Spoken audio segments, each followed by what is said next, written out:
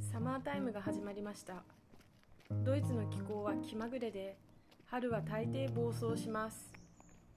花を咲かせた翌日に雪を降らせたり、雹を降らせたり、天気予報は占いのように曖昧です。行動の基準となるのは日付や気温よりも空の青さ。20度でも葉っぱがキラキラしていれば夏が来たと言って予定を忘れてアイスを食べに行く人もいます。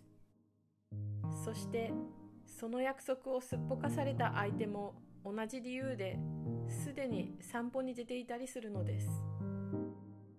私はドイツでこのように太陽の存在に気づきました。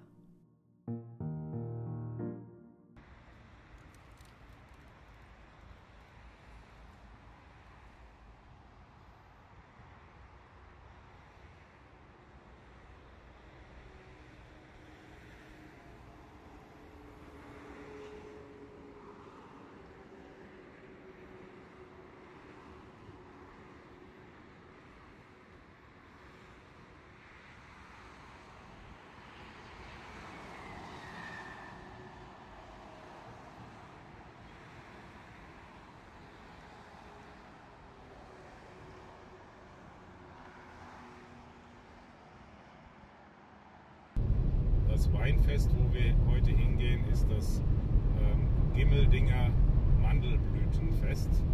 Die Mandelblüte ist heute vergleichbar mit der japanischen Kirschblüte. Wie heißt das auf Japanisch, Kan? Sakura. Sakura. Es sind viele schöne Orte für Sakura. Zum Beispiel ein Park in Nara sind 30.000 Kirschblütenbäume. 30.000.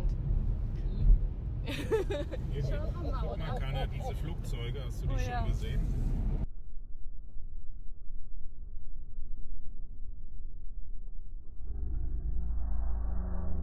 Das sind die ehemaligen Rosinenbomber für die Berlin-Blockade aus dem Zweiten Weltkrieg. Die sind dort ausgestellt. Wir sind hier am Frankfurter Flughafen. ここはフランクフルト空港の敷地内にあります。ベルリン封鎖の中で大活躍したレーズン爆撃機。その姿を間近で見るために今日はここへやってきました。たくさんの花が咲いています。どうやら水仙のようです。ドイツでは水仙のことをイースターの鐘と呼ぶことがあります。その名の通り、この花が咲き始めると、やがてイースターがやってきます。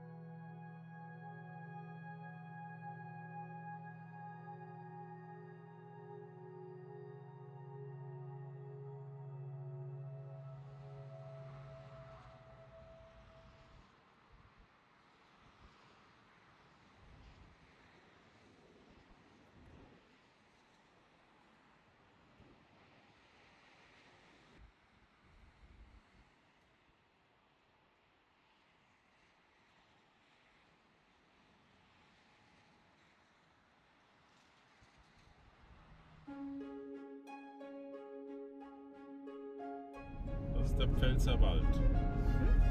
Wo? Geradeaus. Geradeaus. Das ist das größte Waldgebiet Deutschlands. Zusammenhängende. Das ist nur Wald.